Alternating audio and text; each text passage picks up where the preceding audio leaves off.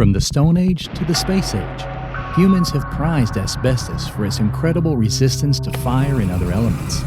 Welcome to Asbestos Rewind.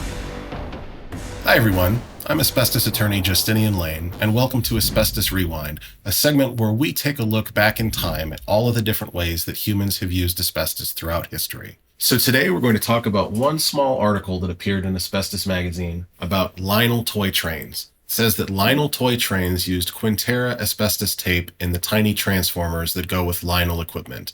And it was published in the Power Specialist, which, if I recall correctly, was an in-house publication of Johns Manville. And that makes sense because Johns Manville was the asbestos company that made Quintera. Quintera was a product that was comprised of about 95% chrysotile asbestos. Chrysotile is one of 6 types of asbestos, and it's the most common type of asbestos. When people talk about asbestos, this is typically what they mean. It's often referred to as white asbestos because it looks white. And it was typically mined from Johns Manville in their large mine in Canada. That's where most of it came from. So what was Quintera used for? It was an insulating tape in this case. So they would have used it inside of the transformers. Let's take a look at a transformer. I found a couple of pictures here on eBay of a person who's selling a vintage 1950 transformer, same year this article was written, coincidentally enough. So this is what they'd look like. And that this was what you would power your train set with. Now, a lot of folks are handy and like to tinker, and they'll take this vintage train set and maybe open the transformer to freshen it.